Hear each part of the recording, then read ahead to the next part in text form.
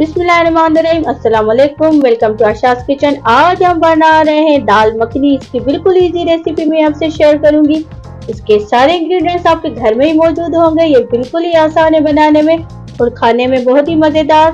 तो चलिए चलते हैं रेसिपी की तरफ।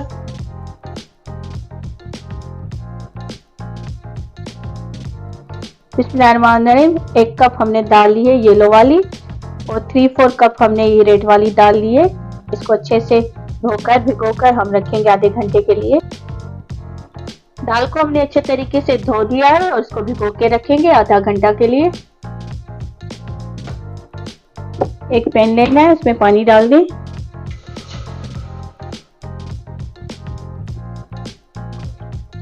हाफ लीटर इसमें पानी डाल दें, इसको उबलने दें।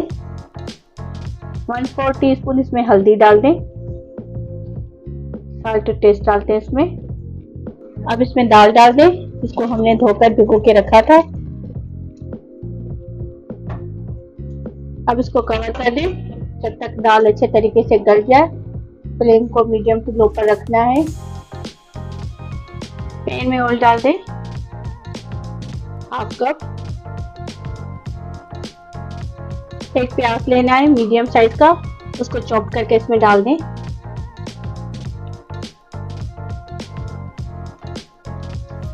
प्याज को कलर आने तक पकाएं।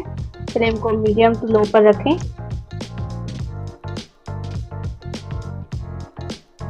इसमें अदरक लहसुन का पेस्ट डाल दें चॉप करके, 1 टीस्पून।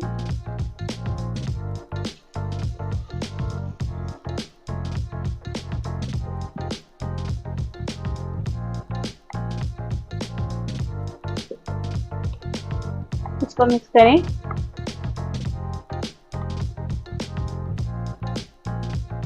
अगर आप हमारे चैनल पर नए हैं तो प्लीज इसको सब्सक्राइब कर दें।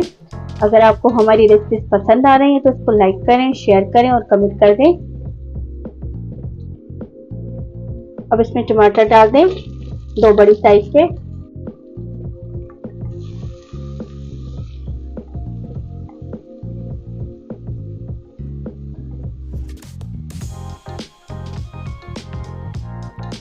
साल्ट टेस्ट डाल दें।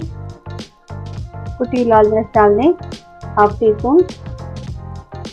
भुना कुटा धनिया पाउडर डाल दें, 1/2 टीस्पून। 1/2 टीस्पून इसमें हल्दी डाल दें। लाल मिर्च पाउडर डाल दें, 1/2 टीस्पून। इसको मिक्स करें। टमाटर को इस तरीके से मैश करें ताकि अच्छे तरीके से इसकी चटनी बन जाए। एक चिकन क्यूब डाल दें इसमें तोड़कर।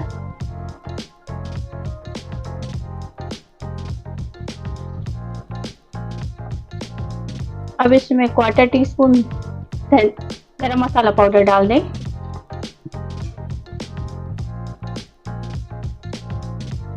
अब इसमें हरी मिर्च काट के डाल दें,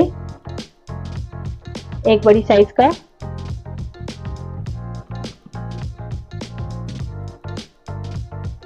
अब इसमें दाल डाल देंगे जो हमने अभी उबाली थी।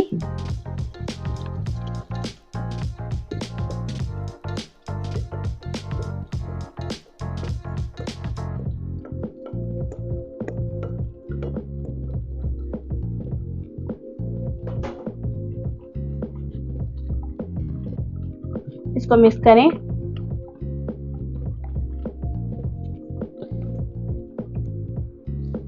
अब इसमें हरा मसाला डालेंगे, हरा धनिया, हरी मिर्चें।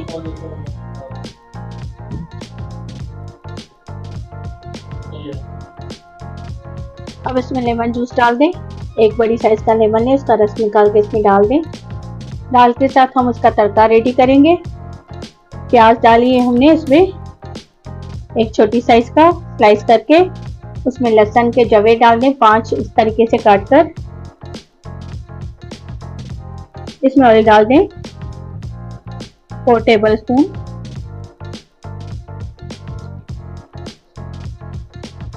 साबुत जीरा डाल दें, 1/4 टीस्पून।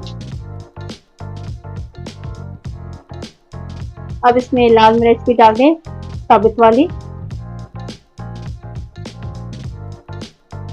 थोड़ा सा इसमें बटर भी डाल दें।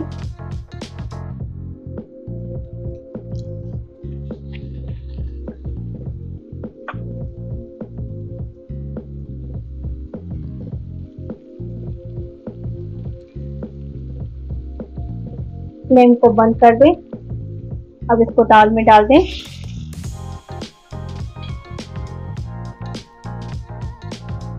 मज़ेदार सी हमारी दाल बिल्कुल रेडी हो चुकी है। आप घर में ज़रूर ट्राई कीजिएगा और मुझे कमेंट करके ज़रूर बताइएगा इस रेसिपी के बारे में।